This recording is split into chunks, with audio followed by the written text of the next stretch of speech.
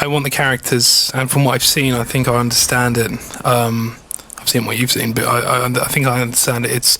I want more pedestrian looking. I want the players to be like you and I.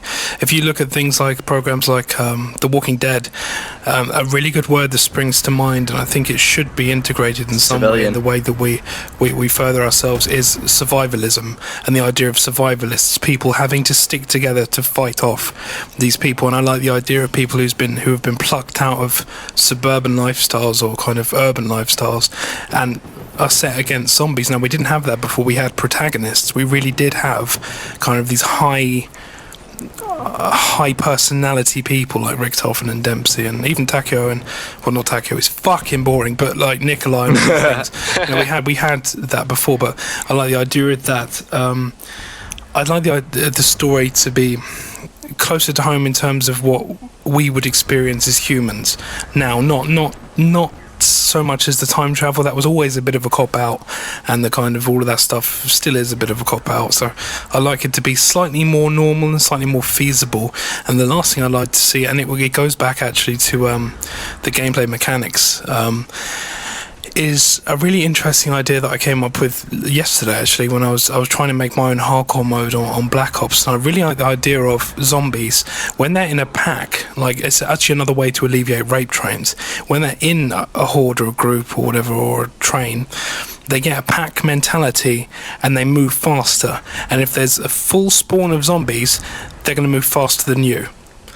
Or actually at your level, and you have to use obstacles to literally destroy them. I like that idea that zombies become fiercer when there's more of them, because as I mentioned before, they're still technically mammalian, they're animals, and they would have that pack mentality. They'd appreciate that there's more of them, and they kind of strive to be the first one to rip the fucking skin off your body. I think that would be something really cool. I'd really like to see something like that, but again, nothing like that's been leaked or mentioned or anything. But that would make my day, really would. And that would kind of warrant the 8 players, because we've now got a small army of people against a fucking massive army of zombies. But you know what I mean? We need something now that isn't just, like Reed said, the standard AI with the 3 separate animations, which we've had now since actually we've had the 3 animations since Ascension. But you know, it's, you know, I want to see something better. I want the zombies to be like Frenzy said, actually more resilient, and I think that's the way forward. Now with that pack, the pack mentality thing, how about them like stumbling and falling over? Like, I think that'd be even better. That's really cool. Yeah, and not dying potentially. But, well, obviously, but you know, I think themselves. Being able to react with each other, because if you think about it, the zombie mentality is like almost like a lion. It wants to be the first one there to get you, to make sure it gets what it wants. But when there's 24 of them or 25 of them, that's not always going to be the case. So I do think that the zombies need to not communicate, but kind of the architecture needs to meld with one another. And I think pack mentality is a really interesting idea that I'm not even sure if it's been covered on YouTube, but I came up with it yesterday, and I think it's something that they need to address, because it's different having one zombie who could just be at a walking pace to a pack of them who are at your speed level. Now that is frightening. That's good. How about you, John? I totally agree with you. Just literally, because when you play zombies now, it's almost too easy, because you know exactly how they're going to react, how they're going to behave. They all run at the exact same speed. You know exactly where they're spawning. It's just boring almost in a way. The fact that it's just the same thing every time. That's kind of the mentality I had after Deriz came out for World at War. I kind of stopped playing it because I loved zombies, but it was literally the same thing.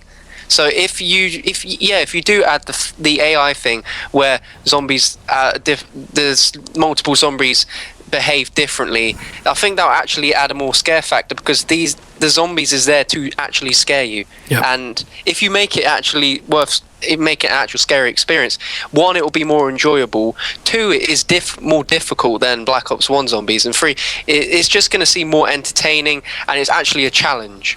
But my idea was literally just to throw in a little subplot, maybe with new characters, maybe explain a bit of backstory, because we're all focused on the protagonist right now. It would be good to kind of switch viewpoints to maybe some other people that are in the same situation. I don't know, kind of building on your realism idea there, Ben. But anyway, what do you think, Reed? I love it.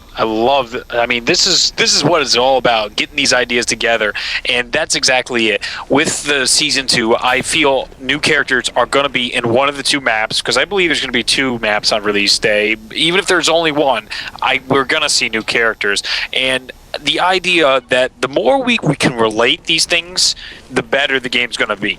Because being able to customize things makes the game better, but even more than that, it's when you can put yourself in those shoes and say, what would happen if I was in that situation? What would I do? A lot of reasons, like the Hunger Games, for example, is a book that most people wouldn't think it would be as big as it is, but since it can relate to kids, because the kids can say, oh wow, I could be in the games, and adults can relate to it because of its themes and its ideas, and it gets the entire crowd united. That's what they got to do with zombies, is get that position where we might be playing as a kid, a 12, maybe not a psychotic 12-year-old like Samantha, but we can play as a kid. There's an adult in the group. They have different perspectives, different spins on what's going around. I think they're going to continue with the storyline in this. I think it's going to be interesting to see how they do it, though. It's going to be, I'm feeling, a more hands-off, something that, we're building on our new story going forward, but we see remnants of our old story. We find, like, Easter eggs calling out the old stuff we might find in maybe the new place where we are, God forbid, there's some explosion somewhere and we're all in this dystopian society, and there we find in a corner just maybe a Richthofen's hat somewhere where you're just going to sit there and go, oh my God, and if you play the games you'll be like, I get that. Well, we could always have our call out to the teddy bear and so on and so forth.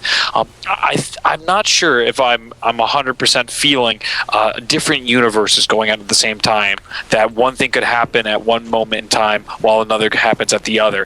I don't think we're going in that direction just yet with the zombie storyline. I really feel that it's going to be continuation. We're going to get little looks back into season 1, but it's going to be focusing on season 2, and maybe in a DLC we're going to get a big call out to our old Fab 4 that might come back. Can I add something to what you were just saying, Fab Reed? 4. Please. You were just saying about finding something like an Easter egg, like Richthofen's hat. Now, I was in a call with a couple of people the other day, and I came to the conclusion that the coolest fucking thing I could find in Black Ops 2 Zombies would be the loading screen comic book just on the floor. Oh, I thought that God. would be absolutely incredible. Yeah, that would be really cool to find that. But sorry, yeah, that was completely... No, that is absolutely awesome. It's better than what I was going to say. That's epic. So go ahead. Yeah, I think I'm last, right? So now that I forgot what I was going to say, I think I'm going to need a second. Cool. So Well, I'll jump in. yeah, here. you go. Yeah. Building off what Rad said, where he's talking about looking back and seeing stuff, I agree. I think the big focus with season 2 needs to be just new. The old zombies formula worked, and keep it there, but move on, get new characters, get new people, change the zombie behavior, really make this feel like it's something different from playing in the 40s or in the 60s, because we're 80 years ahead of that now. We're in 2025, and different time periods around that, so make it feel new. But again, I love that idea of doing a DLC where we play as the old characters again. That type of thing would be really cool. Did you get what you wanted to say? Yeah. No. It was, and to even elaborate on that, change of the way the characters respond to the environment around them. Like when you have to open a barrier, you actually have to do an animation instead of being able to, pretty much like shit yourself and hit X and just go right through it. Like, I think there should be maybe even another player that has to help you open one. Like 2 players have to do it, kind of like on Shangri-La when you have to open the water to turn the power on. Instead of having one player be able to go over to both switches, have one character step on a stone and the other step on a stone, kind of like the way that the pack punch works on that map, and do something like that where you actually have to have other people to help you open an objective. I think that'd be really cool to even add objectives to the game, like small objectives, but I think that'd be pretty cool. I think that's a great idea, as long as it doesn't take away from the actual gameplay. Like, you can do these. Right. It'll benefit you a lot more if you do this. If you don't do it, it may hurt you. But again, nothing game-breaking. That's all I would say about that. Well, yeah, and even like, you know, the hacker, you can spend 200 points to do it or spend 1,000. Like you can open one barrier yourself, but you have to pay more, or you could have two players pay even less, and if you both help out, then you can advance. I think that'd be pretty cool too. I also like the idea you brought up there about an animation to open the doors. Now, we don't literally have to see them going up and prying the damn door open, but maybe just for now, we could say there's a button near every barrier or something like that, where you just have to see them take their hand out and maybe put their hand out on a scanner to open a door, or press a button, or some kind of feasible thing. You just don't want to see them one by one, like in Shangri-La, lugging all the crap out of the way. Okay, that's what I was thinking. Like the kill streak, like you pull out your little walkie-talkie and you call it in, kind of thing. I think that'd be pretty cool. You know, definitely with a hand scanner, since it's the future. Well, that's about it. We'd like to thank you, all of us, for watching the very first episode of Friday Night Zombies on Zombie Killers Unite.